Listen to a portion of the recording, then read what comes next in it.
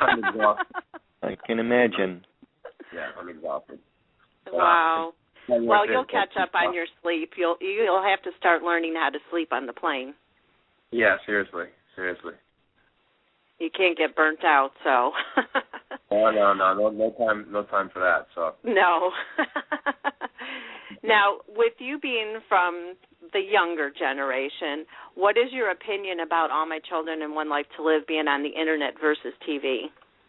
I think it's great. It's a new format and it allows people to, watch it whenever they want, not just being tied to, 1 o'clock in the afternoon or noontime on one channel. You can watch this at any time on a channel that you can access from anywhere. You don't have to sit in front of your TV. It's where everything's headed. When I go home, I watch Netflix or I watch Hulu. That's what it's always been for me. So I think it's just a moment of time before a lot of shows go that direction anyway. Exactly. I find myself watching more things on the internet now than ever before. And that's because there's a lot of times, too, there's not only because I'm busy, but because there's a lot of shows on at the same time, and you can't watch 5 channels at one time, So you have to either watch it on demand or you have to watch it on the internet or on Hulu or, anything like that. Totally, yeah. What is your favorite show, primetime show? One of my favorite shows is probably Breaking Bad. I'm a huge Breaking Bad fan. I'm also a big Sons of Anarchy fan, so I sit down and I'll watch all those from start to finish the entire season on a Netflix or a Hulu, whichever I'm on. And, those are some of my favorite shows for sure.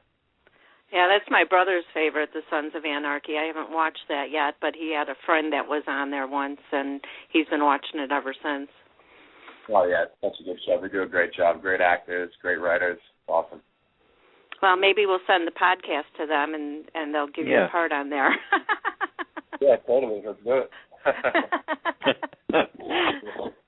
David, you had a question? Yes. Back on All My Children there, who is your biggest supporter on the set? The biggest supporter on the set? You know what?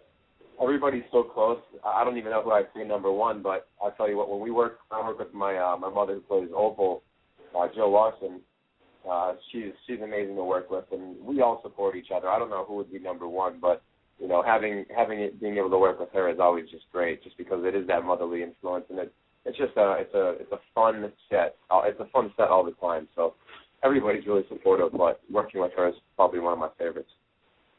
Yeah, we just absolutely love Jill, and we're so happy that she's on there. And we did an interview with her recently, and she's just so much fun to just talk with and sit and chat with, let alone do an interview. It just isn't an interview. It's just a chat. Yeah, absolutely. She's the best.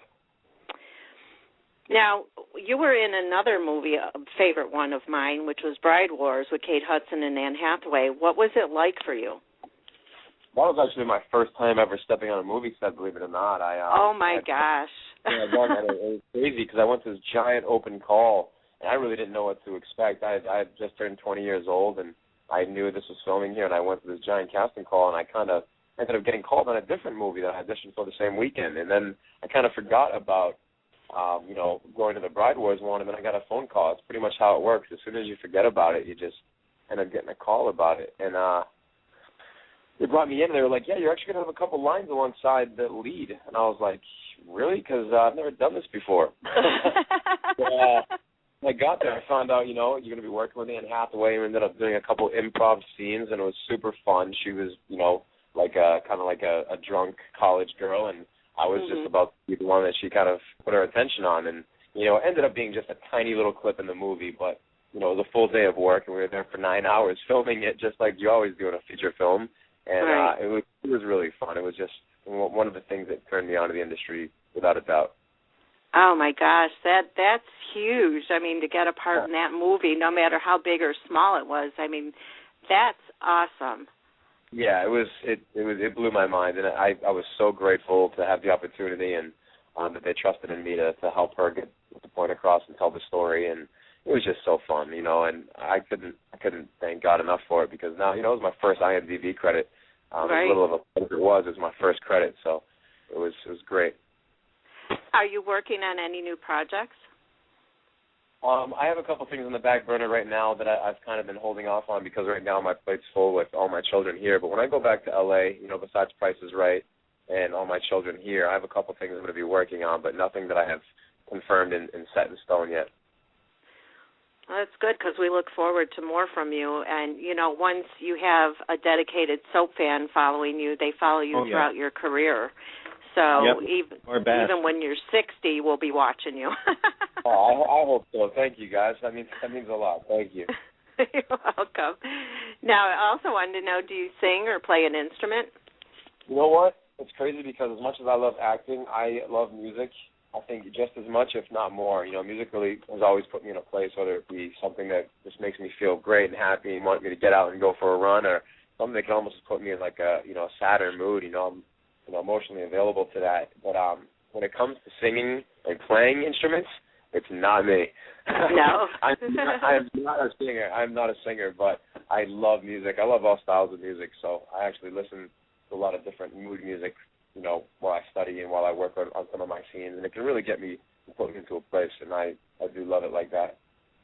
Yeah, I find that myself, and I'm sure with a lot of the listeners, that it depends on your mood on what type of music you're going to listen to. And I listen to all types of music as well. Totally. It's good to, be open to all of that. I'm sorry, I didn't hear that last part. I was just saying it's good to be open to all different kinds of music. I don't box myself in with like one style. I listen to everything. I really do. Did you ever think of maybe further down the line becoming part of the behind-the-scenes thing, like, producing or directing or writing? Yeah, absolutely. I would love to work on some of my own projects. We've had a lot of ideas, but, I'm focusing a lot of my time and energy into my craft right now and building that side up first. But without a doubt, as I get older and as things continue to grow, knock on wood, I would love to produce some things on my own. I have a lot of friends with great visions and really hardworking people that have great ideas, and I would love to, get a good group of people together and, build our own projects. That's another huge goal of mine down the road. Yeah, and Kickstarter and Indiegogo are really good for getting funds for those types of things when you want to plan something on your own. Yeah, absolutely, and I'm going to explore more of those options because it's without a question something I would love to do. Okay. David, do you have a question? Yeah, I do. If you were writing your autobiography and putting it on film, who would be playing the role of you? Who would be playing the role of me? You know what? Who I would love to do it would be my fellow Boston native, Mark Wahlberg. I would love to have Mark Wahlberg. Oh, yeah. He's from a similar background to myself. We've both had our ups and downs. He kind of started off as, he had Marky Mark, in the Funky Bunch. But he did his fair share of underwear modeling and modeling like that and having a similar image and playing kind of roles that I would see myself doing now. So I would like to think maybe in the footsteps of somebody like that, and to have him do that would be an honor. Definitely. He's a great actor too. Good. Yeah. So I love Mark. Yeah, he's great in so many films. He's an amazing actor. So, and he's from Boston, so I can't beat that. Right. Maybe about. I have a few fun questions that my other co-host, Sabina, came up with, and I'm going to ask you a few if you don't mind. Yeah, sure. Okay, what is your hidden talent? My hidden talent? I used to play professional paintball. I used to travel all over the country playing paintball. Really? Yeah, we used to travel all over the place, like in tournament settings. And that was an absolute passion of mine for years and years and years, and it really was something I did throughout my teenage years. Every weekend, Saturday and Sunday, I used to practice and travel all over the country playing paintball. Wow, that was fun. Yeah, it was the best. Did you ever get a lot of bruises from it, or you're just because you're that good being in tournaments, you gave the bruises? I took my fair share, but I'd like to think that I gave more than I took. So it was the best. It was such a fun time in my life, and getting to reminisce with some of my friends about that is the best. And that's one thing I really miss doing. So I hope to do more of that soon once things slow down. Right. Yeah, you got to have fun too. Totally. Now, what's the oddest thing you've ever done for money? The oddest thing I've ever done for money? I don't know. It's probably a much better one than the one I'm thinking of. But when I first moved to L.A., I mean, I've done quite a few different underwear campaigns, but I did one that was in L.A., and it was just kind of strange because I've never, done, a live modeling before. And it was for a regular boutique company there, and it was just different. Which it's a blessing to have a job like that, to be able to model and just kind of relax and just kind of have fun with it. But it was it was awkward. I had just moved there. I just turned 21, and doing live underwear modeling, that was kind of different for me. But it was okay. It was fun. Yeah. I would imagine. Odd for somebody from Central Massachusetts to be doing that, I feel sometimes. Yeah. What was your first car, and what tales would it tell? Oh man, my first car was a Mitsubishi Eclipse, and it only lasted about a week because it was a convertible, and the convertible kept breaking, so I ended up trading it in and getting a different one right afterwards. So it was a Mitsubishi Eclipse. That's funny. That's my son's car too, but he's had it longer than a week. Oh yeah, mine was it was a much older one back then, and then I got one a little bit newer afterwards because I was a car junkie. I used a huge Fast and the Furious fan. I used to want to be Paul Walker, so I thought I was a race car driver. It ended up being more trouble than good because I ended up getting way too many speeding tickets. Oh no. Yeah, I learned my lesson. Well, those days are over. Yeah. I would hope so, but I would imagine you're probably in a plane more than you're in a car these days. Yeah, nowadays I am, yeah. Yeah, so you just got to watch for the pilots. That's it. Exactly. Where would you like to see yourself in 5 years? You know what? I mean, I know where I'd like to see myself. I would love to still be in my industry. Hopefully I would love to see all my children just keep on rocking it out and be a part of this. Would be awesome. But, I have so many passions for different, film ideas and things like that. So once we get to, design and build our own projects, I would love to be working more in theaters and things like that. But if you were to ask me that 5 years ago what I'd be doing, I wouldn't be able to tell you. So I really don't know where I'm going to be in 5 years. But I like to kind of manifest where I may be. So I'll be in this industry. I'll be working as hard as I possibly can, and hopefully doing another interview with you guys.